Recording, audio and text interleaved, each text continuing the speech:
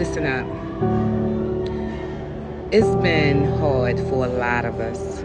And I know I just feel like I had to do this video because I've been slacking a little bit on my TikToking and some other social media platforms because it has been mind-boggling for us what's going on with our country, what's going on with everything, the economy, and most importantly, my job, J-O-B.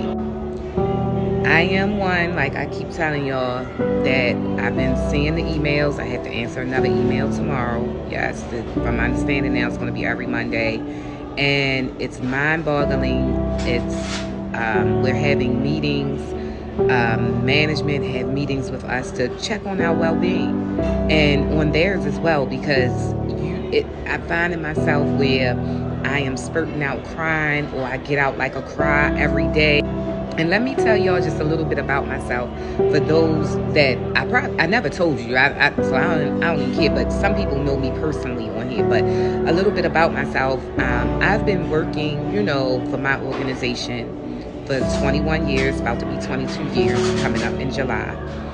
And I have been working for this organization through many of different presidencies, many of different politicians, and even the president that we have now.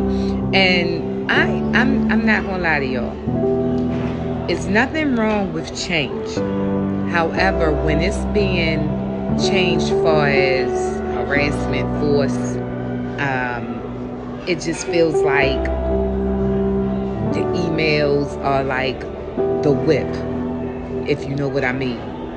And we are complying. We're like, okay, we're going to do it.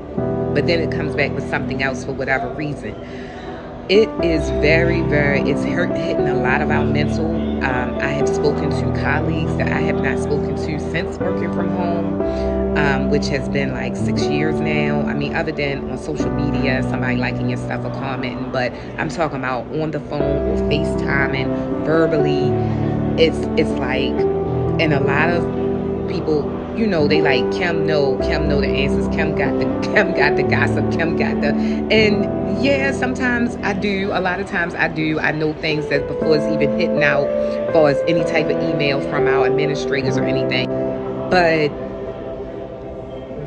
what I try to tell my loved ones and friends who are not part of the organization, who are not going through this, and I'm happy that they're not, is that the tears that we shed are not really a threat of what we make for us getting paid, or our title, or just losing a job.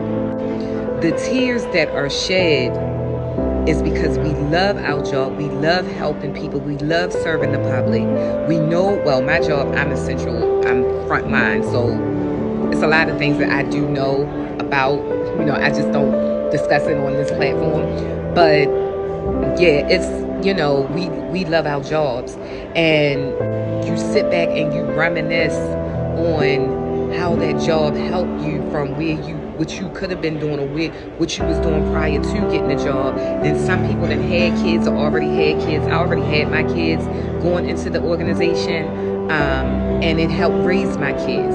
It helped my kids actually prosper and not turn to the streets, because they look at me as the role model. You get what I'm saying? It's been very hard.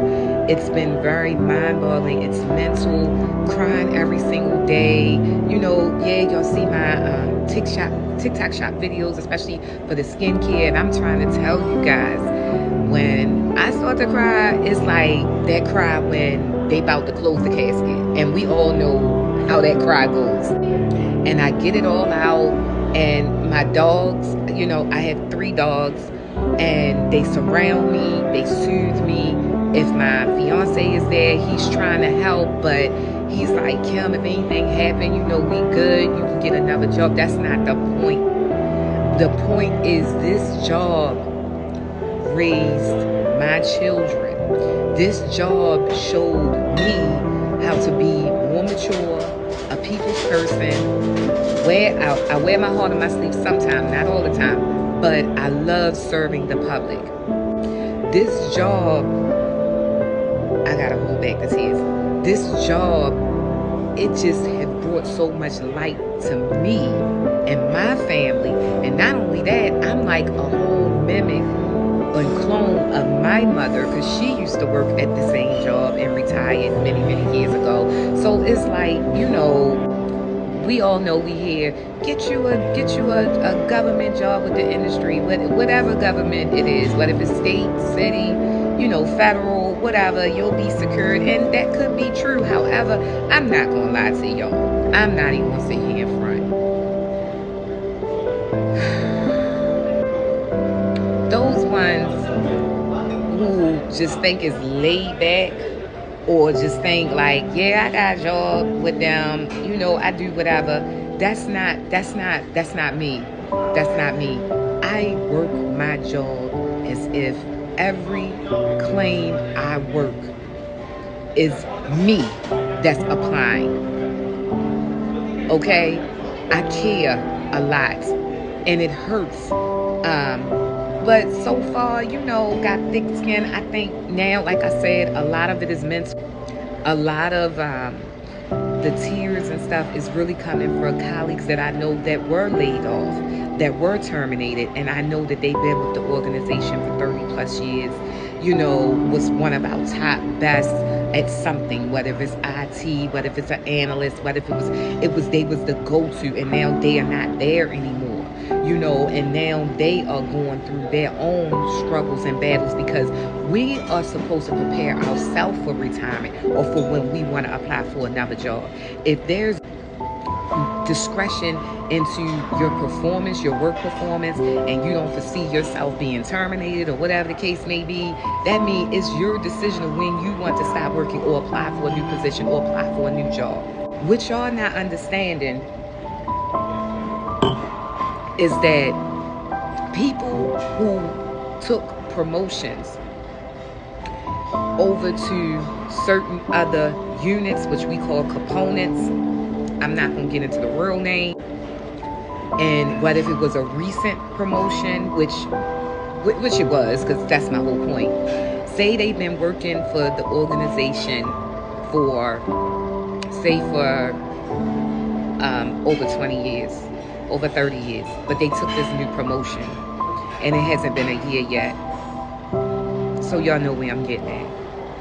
Yes, do you think they offered them, as the ones that were laid off so far, a reassignment to just either back where they came from? I'll take a lesser pay. Just send me back where I came from, I got a job.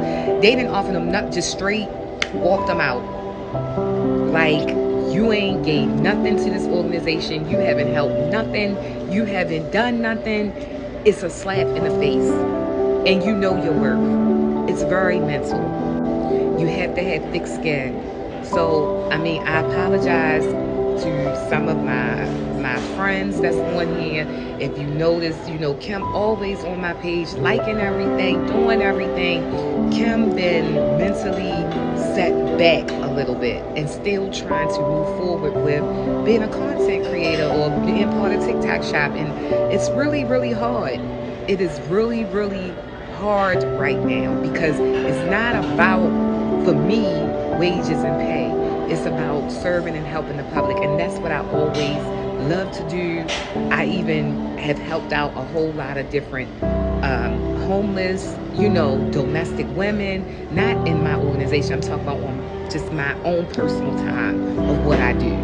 Okay, so I am one all about helping. So what I'm trying to tell anybody who is in the same shoes as us or going through it just like us, stay strong. Like I've said a few videos ago, let the faith guide, right? So with that being said, you walk by faith, not by sight. You know what I'm saying? Keep them prayers up. Keep them prayers up. Because it is a reconstruction type thing. But everybody don't like change. Everybody's afraid of change. I really am hoping that since it's out of our hands of what's going on, America do be great. Carry on.